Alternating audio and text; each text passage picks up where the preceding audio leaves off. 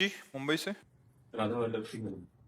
श्री हरिवंश महाराज जी, आपके चरणों में कोटि कोटि प्रणाम। महाराज जी, इनका प्रश्न तो लंबा चौड़ा है। इसमें कहना चाह रहे हैं कि इनके पिताजी अत्यधिक तामसिक और जिद्दी स्वभाव के व्यक्ति हैं।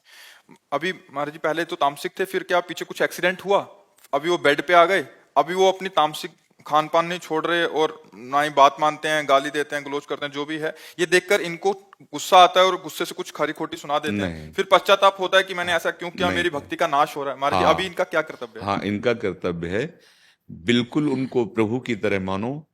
वो जैसे भी बर्ताव करें उस पर आपको नहीं देखना, आपका क्या कर्तव्य है ये आपको देखना है। जैसे आप चरण दबा रहे हो और वो आपको गाली बक रहे हैं, आपको बिल्कुल चुपचाप, आपके सारे कर्म बंधन नष्ट हो जाएंगे। आप बस अंदर से धैर्यवान बने रहिए। उनके कटु व्यवहार, कटु वचन, इस पर आप प्रभावित मत होइए। इस समय आपकी परीक्षा का समय है। आज अगर आप अंतिम सेवा कर ले गए उनकी, तो ऐसी यज्ञ हो गई जो अश्वमेध यज्ञ, राजसी यज्ञ से भी बढ़कर है। माता पिता भगवान का स्वरूप है। हाँ, उनका रुद्र व्यवहार है, रुद्र व्यवहार है, प्रतिकूल व्यवहार है। चार लोग उनसे मिलने जो आएंगे तो तुम्हारी निंदा करेंगे। तुम चाहे जितनी सेवा करो, तुम्हारी निंदा करेंगे, ये ऐसा, ये ऐसा, ये ऐसा, ऐसा करेंगे, वैसा। आपको कुछ नहीं सुनना। आपको बिल्कुल वैसे अगर निर्वाह कर ले गए तो वो और आप दोनों के बीच में एक ईश्वरी शक्ति है, वो आपको देख रही, वो निहाल कर देगी। वो भले अपनी संपत्ति किसी को दे भी दे तो भी हाथ नहीं उठाना। वो जो संपत्ति देगा उसमें तुम निहाल हो जाओगे। वो कहां से देता है? वो अनेक ब्रह्मांडों की रचना किसी के सहयोग से की है क्या? अपने आप से, अपने आप में की। वो कब कैसे कृपा कर देगा। हमारी तो प्रार्थना यही हाथ जोड़कर कि आपको बस ऐसे सेवा करनी, अपने कर्तव्य की तरफ देकर, उनकी तरफ नहीं। देखो, सेवा का स्वरूप यही होता है, आम शून्य जीवन। सेवा तभी सफल होती है। गुरुपद पंकज सेवा, तीसरी भक्ति अमान, मान रहित होकर सेवा करना। अब हम क्या करते हैं? सेवा तो करते हैं, पर हम उनका कर्तव्य देखते हैं कि इतनी सेवा करने पर इनका कर्तव्य क्या होता है। कम से कम ठीक से तो चलो, जो हम तुम्हें अच्छा खवाएं पिया उसे तो खा पी लो, मनमानी मत करो। ऐसा नहीं होगा, वो आपके प्रतिकूल चलेंगे। और अगर आप जीत गए तो निहाल हो जाओगे। बात पकड़ लो, ठाकुर जी हैं उनके हृदय मंदिर में, वो गाली भी बक सकते हैं। एक बार बड़ा प्रसंग है पर उसे हम सारांश में बता रहे हैं। भगवान बृहस्पति जी के बड़े भाई संवर्त ऋषि बड़े सिद्ध महापुरुष थे। तो मरुत जी ने यज्ञ ठानी, 100 यज्ञ, और जो 100 यज्ञ कर ले पूर्ण, वो देवराज इंद्र की पदवी का अधिकारी हो जाता है। देवराज इंद्र बड़े परेशान हुए, तो उन्होंने बड़ी चतुरता करके वशिष्ठ जी जो उनके कुल गुरु थे, उन्हीं को निमंत्रण किया यज्ञ के लिए कि आप हमारी यज्ञ कराइए। अब उनके आगे समस्या हो गई। मरुत जी ने वर्ण किया था, देवराज इंद्र ने आकर आज्ञा कर रहे हैं। तो मनुष्य से सर्वश्रेष्ठ देवता, देवताओं में श्रेष्ठ देवराज, तो वशिष्ठ जी ने इस कारण उनकी आज्ञा नहीं टाली। मरुत से साफ जवाब दे दिया कि अब हम तुम्हारी यज्ञ नहीं करा पाएंगे। अब वो बड़े उदास किए, अब किसके पास जाऊं? हमारे कुलगुरु तो वशिष्ठ जी जैसा आचार्य कहां मिलेगा। तो देवर्षि नारद जी आ गए। जब कोई धर्मात्मा संकट में होता है तो महात्मा का संग दे दिया जाता है।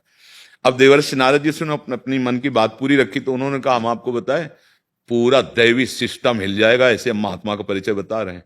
काशी में इस समय वो नंग धड़ंग अवधूत रूप में रहते हैं, उनका नाम संवर्त ऋषि है। अगर उनको तुम रिझा लो, वो आचार्य बन जाए, तो कोई ऐसा दैवी शक्ति नहीं कि तुम्हारी यज्ञ में बाधा डाले। तो उन्होंने कहा पहचान कैसे होगी? बोले एक बार विश्वनाथ जी का दर्शन करने आते हैं 24 घंटे में, और वो 100 से विचलित होते हैं। तो एक तुम 100 रखना, और ऐसे रखना कि जहां तुम्हें कोई अवधूत नंग धड़ंग ऐसा विक्षिप्त पागल दिखाई दे तो 100 को सकला के मार्ग में कर देना, और जब पीछे हटने लगे तो समझ लेना वो संवर्त ऋषि हैं। ऐसा ही किया, और एक उन्मत्त वेश ऐसे महादेव जी के दर्शन के लिए जा रहे थे, जो 100 देखा पीछे हट गए, भागे। मरुद जी पीछे भागे। वो थूक रहे थे, कंकड़ पत्थर मार रहे थे, लघु शंका करके ऊपर उनके फेंक रहे थे। वो नारद जी ने पक्का कर दिया था, हिलना नहीं। वे पीछे जब एकदम एकांत में गंगा किनारे पहुंचे तो उन्होंने कहा क्या चाहते हो? बोले हम मैं सब जान रहा हूँ, त्रिकालदर्शी हूँ, मुझे पता है तुम महाराज मरुत हो यज्ञ का, क्या चाहते हो? बोले आचार्य पदवी पर बैठाना आपको चाहता हूँ। बोले ध्यान रखना, जब मैं आचार्य पदवी में बैठूंगा उस समय देवराज इंद्र हर उपाय करेगा मुझे आचार्य पदवी से हटाने के लिए। तुम्हें वशिष्ठ जी को भी वापस दे देगा, सब कर सकता है, लेकिन अगर हटा दिया तो भस्म मैं कर दूंगा, और अगर हटाया नहीं तो किसी की ताकत नहीं कि यज्ञ में विघ्न डाल सके। उन्होंने कहा मैं वर्ण करता हूं। जो ही ये बात खबर पहले कि संवर्त ऋषि आ रहे हैं यज्ञ कराने के लिए, अब देवराज इंद्र तो घबरा गए। अग्नि देवता से कहा जाओ और सामने से जाके संवर्त ऋषि को मना करो और कह दो मैं आहुति पहुंचाऊंगा ही नहीं, क्योंकि ये काम तो अग्नि देवता को होता है। अग्निदेव जी ये सामने गए, उन्होंने कहा आपसे प्रार्थना है ऋषिवर, आप इनकी यज्ञ से हट जाएं आचार्य पदवी से, नहीं मैं आहुति नहीं पहुंचाऊंगा। बोले तुम्हारी सामर्थ्य क्या है? मैं मंत्रों के अधीन करके तुम्हें भस्म कर दूंगा अगर आहुति नहीं पहुंचाओगे। अग्नि देवता को कहा तो जानते हो, फिर देवराज इंद्र वज्र लेकर प्रकट हो गए। जब अग्नि देवता गए, बोले महाराज उस महात्मा के आगे मेरी बस नहीं, वो कह रहे तुम्ही को भस्म कर दूंगा। तो देवराज इंद्र स्वयं आए और मरुत से कहा यज्ञ नहीं करोगे, और वज्र ऐसे हाथ में लेकर प्रहार करें। संवर्त ऋषि ने ऐसे ही रोक दिया, और जब तक यज्ञ हो तब तक ऐसे ही खड़े रहो देवराज इंद्र। तब उन्होंने प्रार्थना की कि कब तक खड़ा रहूंगा, बहुत दर्द होगा हाथ में, इसलिए आप अपनी यज्ञ करो। तो देखो, अगर आप निष्ठा पे हो तो सब बदल जाएगा। जैसे भगवान की कृपा नहीं तो आपको यहां भेजा है, तो बस अपने पिता में भगवान को देखो, वो गाली दें उनकी सोच फेंकना पड़ेगा, उनकी ये सब मलमूत्र फेंकना पड़ेगा, बहुत धैर्यपूर्वक। इतनी बड़ी पूजा हो जाएगी प्यारे, हमारी बात समझ लो कि वो साधना कभी जीवन में कर नहीं सकते जो तुम्हें वो फल मिलेगा। उनके हृदय में बैठा भगवान है, ये बाहरी माया का नाटक है। बस चुपचाप हिम्मत करके जाना कि अब गाली सुनना है, सब कुछ सुनना है, बस हमको इनकी सेवा करनी है। बस अगर निपटा ले गए तो बहुत बड़ा लाभ मिल जाएगा।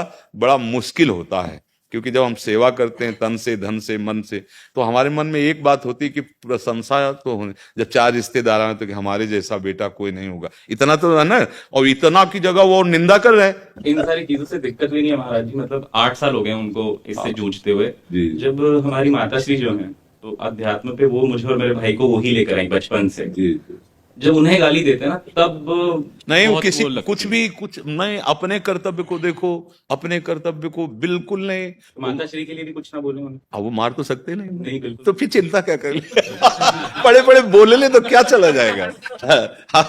आप अपने कान बंद रखो और माता जी को समझा दो कि देखो स्थिति उनकी ऐसी है, और वो माँ है और वो उनकी अर्धांगिनी है, वो सहने में आपसे ज्यादा प्रवीण है, तभी आपको अध्यात्म की तरफ भेज सकती है। जो माँ सहनशील और विवेकवान होती है वही अपने पुत्र को अध्यात्म का मार्ग दिखाती है। अन्यथा तो माता पिता बालकें बुलावें, उदर भरे सोई जतन सिखावें। तुम कैसे पेट भर लो, कैसे विषय भोग लो, इतनी शिक्षा दी जाती है। तो धन्य है आपकी माँ को। आप ऐसा न सोचे कि वो माँ को गाली देते हैं तो हम फिर उनकी, नहीं नहीं, बिल्कुल नहीं।